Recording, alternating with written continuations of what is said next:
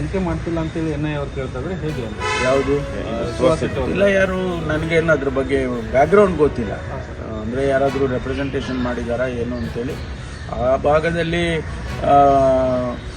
ಕೆಲವರು ಎಲ್ಲ NIA ಕೊಡಿ, ಅದು ಕೇಂದ್ರ ಸರ್ಕಾರ ತನಿಖೆ ಮಾಡಲಿ ಅಂತೆಲ್ಲ ಮಾತುಗಳು ಆಡ್ತಾ ಇದ್ರು. ಯಾರು ರೆಪ್ರೆಸೆಂಟೇಷನ್ ಕೊಟ್ಟಿದ್ದಾರೆ ಗೊತ್ತಿಲ್ಲ.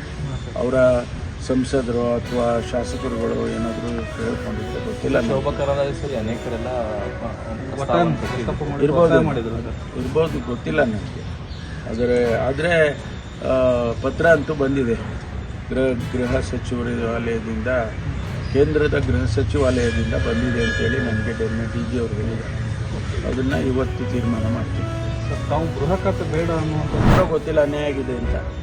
ಸರ್, ಇನ್ನೊಂದು ಈ ಕಾಲ್ತುಳಿಕೆ ಸಂಬಂಧಪಟ್ಟಂತೆ ವಿಧಾನಸೌಧದಲ್ಲಿ ಕಾರ್ಯಕ್ರಮ ಮಾಡೋದು ಬೇಡ ಅನ್ನುವಂಥ ಅಭಿಪ್ರಾಯವನ್ನು ಪೊಲೀಸರು ಕೊಟ್ಟಿರೋದು, ಅದನ್ನು ಧಿಕ್ಕರಿಸಿ ಸರ್ಕಾರ ವಿಧಾನಸೌಧದ ಮುಂದೆ ಮಾಡಿದ್ದಾರೆ. ಹಾಗಾಗಿನೇ ಚಿನ್ನಸ್ವಾಮಿ ಸ್ಟೇಡಿಯಂ ಅಲ್ಲಿ ಪೊಲೀಸರ ಹೆಚ್ಚು ಮನೆಯನ್ನು ಹಾಕೋಕ್ಕಾಗಲಿಲ್ಲ. ಸೊ ಇದೆಲ್ಲೋ ಲೋಪ ಆಗಿದೆ, ಪತ್ರ ಬರೆದ್ರೂ ಕೂಡ ಸರ್ಕಾರದಿಂದ ಲೋಪ ಆಗಿದೆ ಅನ್ನುವಂಥ ಚರ್ಚೆಗಳು ದೊಡ್ಡ ಮಟ್ಟದಲ್ಲಿ ಆಗ್ತಿದ್ದಾವೆ.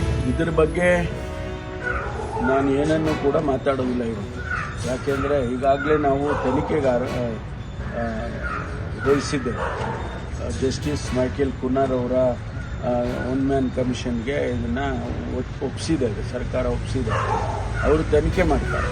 ತನಿಖೆ ಮಾಡಿ ವರದಿ ಕೊಡೋವರೆಗೂ ಕೂಡ ನಾವ್ಯಾರೂ ಕೂಡ ಏನನ್ನು ಮಾತಾಡೋದಿಲ್ಲ. ಯಾಕೆಂದರೆ ನಾವು ಏನು ನಮ್ಮ ಹೇಳಿಕೆಗಳು ಕೊಡ್ತೀವಿ ಮಾಧ್ಯಮದ ಮೂಲಕ, ಅವು ಬೇರೆ ಬೇರೆ ರೀತಿಯಲ್ಲಿ ಸಬ್ಜುಡಿಸ್ ಆಗುತ್ತೆ. ಅದಕ್ಕೋಸ್ಕರ ನಾನು ಯಾವುದನ್ನು ಕೂಡ ಮಾತಾಡೋದಿಲ್ಲ. ಒಟ್ಟಾರೆ ಚಿನ್ನಸ್ವಾಮಿ ಸ್ಟೇಡಿಯಂ ಮತ್ತು ಎಷ್ಟು ಜನ ಪೊಲೀಸ್ ಬಂದೋಬಸ್ತ್